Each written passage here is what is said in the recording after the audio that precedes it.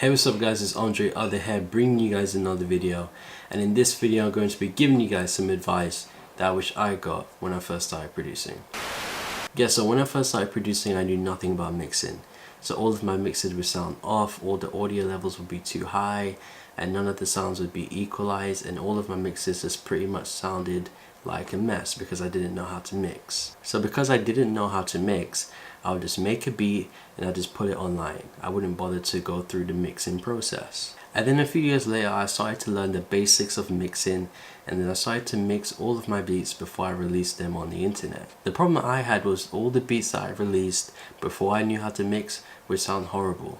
So I had to go over all of the beats that I released before I knew how to mix any beats. I'd have to remix them, and I had to re-release every single beat that I did that wasn't mixed. So that leads me to my advice.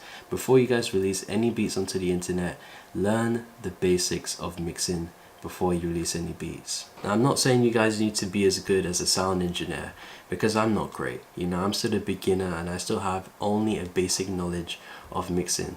But I do recommend you guys to go on YouTube and search up simple mixing tutorials that just teach you the basics of mixing, so you can mix your beats to the point where they sound at least listenable. That way you can avoid being in the position that I was in, where I had to go over hundreds of beats and remix them. So yeah, that's my advice for you new producers out there. Just learn the basics of mixing before you start releasing hundreds of beats, especially if you're selling beats online, because there's no artist out there that wants to buy a beat that is unmixed. So yeah, that's really it. That's the advice I have to give you guys. I hope that helped you guys, because that really would have helped me when I first started producing.